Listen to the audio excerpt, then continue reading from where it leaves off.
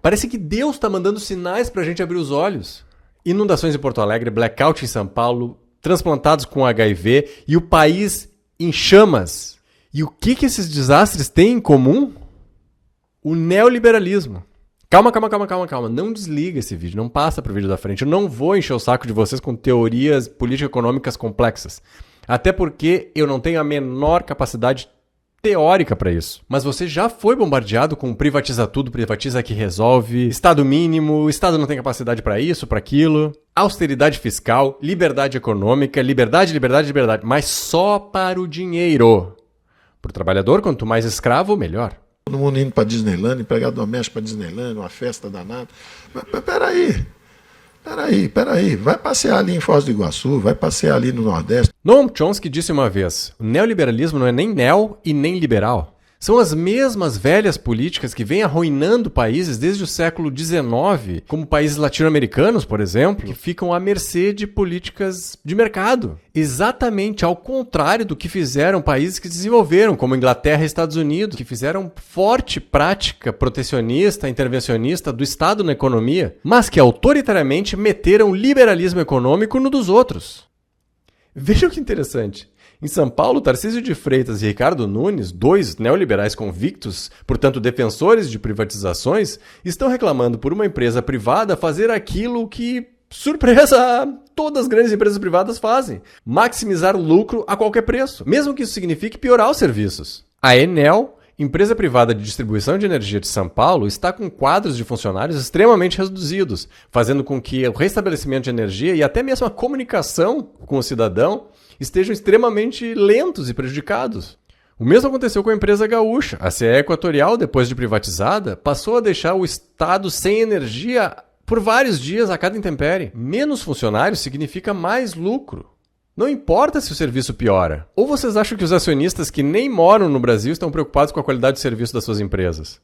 Agora vejam a empolgação com que o Tarcísio de Freitas bate o martelo após a venda do Rodoanel. Presta atenção, ao invés das tradicionais 3 marteladas, o governador fez o gesto com uma força excessiva. Por que tanta empolgação com a venda do Rodoanel? Podemos ver que ele fica excitado ao entregar o Rodoanel. Tá, parei. É isso que a direita brasileira prega hoje. Privatiza tudo. Pois foi exatamente atendendo essas pressões de grandes grupos econômicos que o ex-prefeito Marquesan Júnior e toda a turma do Sebastião Melo decidiram extinguir o Departamento de Esgoto Pluvial de Porto Alegre. O que, segundo técnicos, foi determinante para a patética falha do sistema anti-inundação da cidade. O robusto sistema construído para resistir a 6 metros de subida do Rio Guaíba, antes dos 5 já falhava por falta de manutenção. Os engenheiros e arquitetos da época previram uma subida até maior do rio. O que eles não previram foi o retorno do velho liberalismo econômico. O prefeito Sebastião Melo deixou a empresa de águas e esgotos de Porto Alegre, o DEMAI, com mais de 400 milhões em caixa, pois há uma enorme pressão para privatizá-la.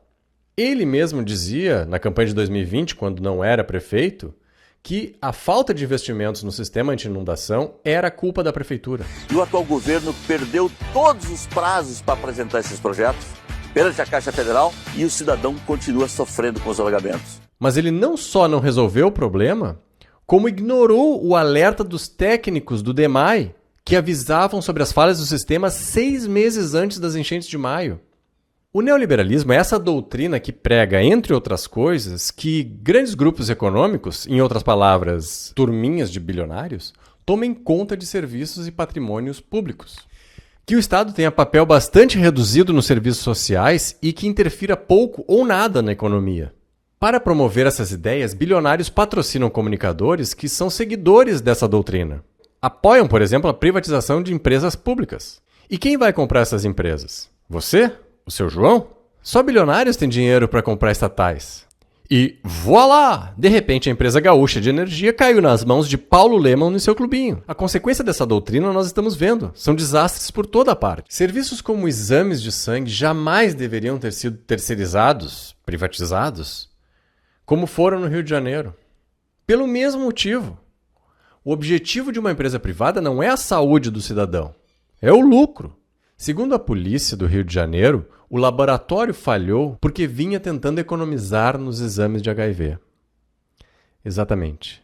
Economia em exame de HIV.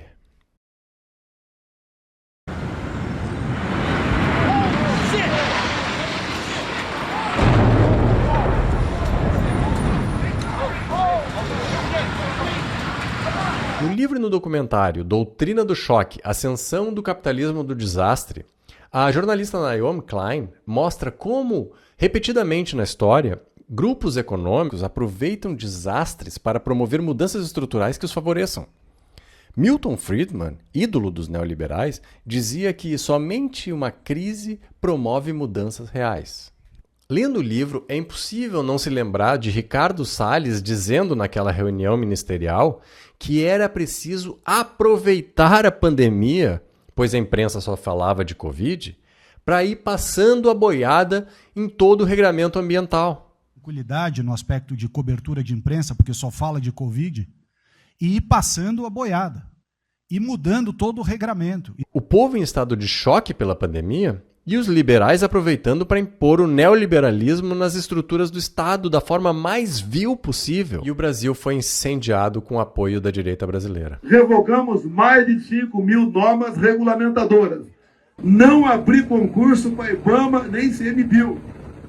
Quanto menos dessa gente por aí, melhor para todo mundo. E nós reduzimos em mais de 80% as multagens no campo. Isso é o neoliberalismo.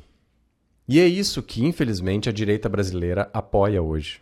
Estado mínimo para o povo e máximo para os bilionários.